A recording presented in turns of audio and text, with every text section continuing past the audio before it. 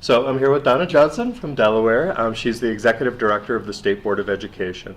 Donna, in Delaware, you have been really focused on equity. And how can you talk a little bit about the State Board's emphasis on equity and how you're integrating it into policy? Absolutely. The concept of equity has taken on a lot of different lenses over a period of time. But with this plan, we're really looking at equitable access for excellent educators to all students. And that really takes a look at a number of different policy areas and making sure that we really are grounding all of our policy areas in a standards-based system. So in the coming year, how are you translating that into concrete policy activity? So we've done a number of things, from improving our licensure system to have a fourth tier, so we have a provisional tier. We have also improved our educator preparation programs, which include not just your traditional, but also our alternative routes programs, requiring a performance assessment, a content readiness assessment, and a general knowledge assessment to really try and raise the quality of educators that are coming into our classrooms, and also making sure that they are as day one ready as possible when they enter our classroom, recognizing I think it's probably nearly impossible to be day one ready, but we're going to try and make sure we make them as prepared as possible, and that we do that across the board. Over the past several years, we've done a number of things. We've had incentives to have our most high quality, highly effective teachers stay in our most high need schools or join our high need schools. We've had other initiatives by investing in some alternate preparation programs for both leaders as well as for educators and teachers, and really trying to look outside the realm of the traditional path to make sure that we're bringing in a diverse population of educators, but looking to make sure that we're really able to bring in people that have a passion for educating children, and that we're able to prepare them to be as successful as possible. So the data dashboard system, that's a new statewide system that you're adopting.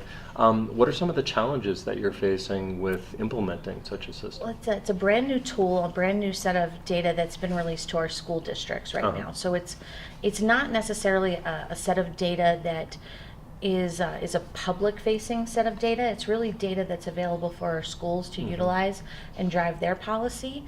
Some of the challenges around that has really been making sure that we have effective data streams.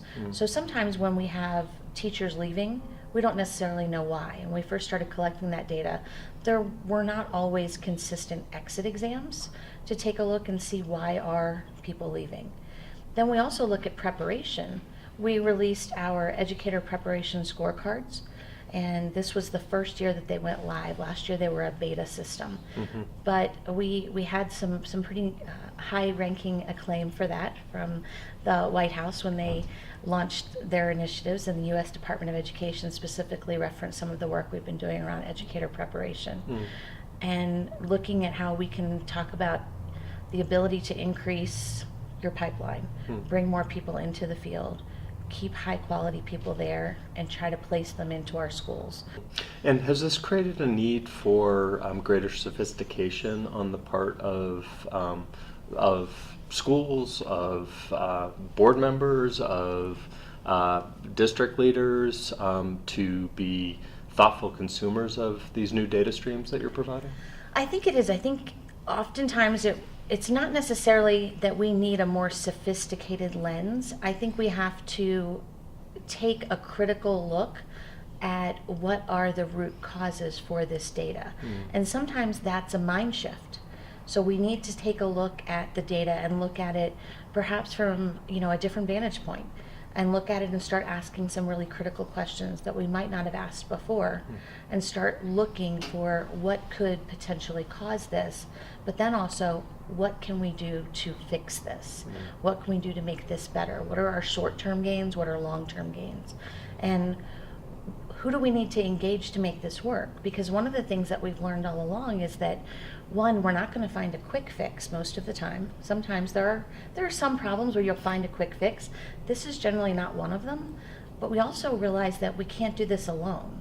So we need to look to our partners, whether it be our community-based partners, other districts, other neighboring states, and really look to them and say, what are you doing well? And what are you doing in places that are similar to our environment? And how can we learn from that and replicate that? Or how can we incorporate that?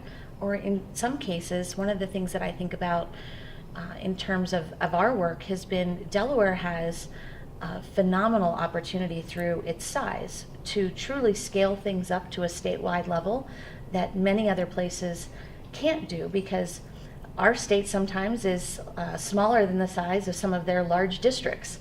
So we have the ability to scale things up to a level that others can't, and we've been able to leverage that. What have you learned about policy persistence that you might be able to share with folks from other states?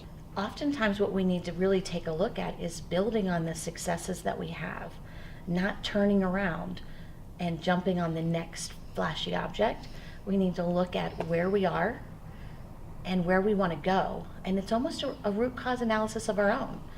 A lot of the qualities that you're talking about, root cause analysis, asking probing questions, these are qualities that my colleagues in the research community would say that they have some experience with. What advice would you give to researchers who want to increase the utility of their work for the policy community?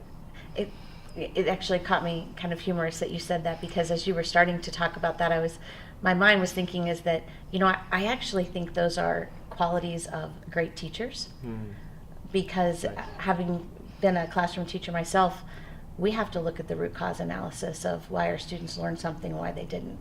We have to ask those deep probing questions. So I think there's a connection there between the practice in the field and the research, and that also connects with policy.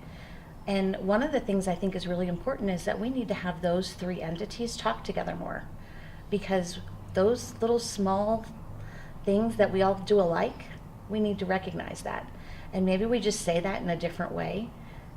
So it's a language, maybe that a discussion can overcome. So I think one of the challenges that we have is we need to be able to have a conversation about things, and we need to say what's working, what's not working.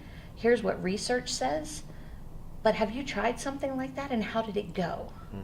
Because we need to talk about what it looks like in the field rather than just what it should look like in the field. So we need to work those two together a little bit more. That's well said. Donna, thank you so much for Thank the you. conversation. It was great to talk with you. Thank you very much.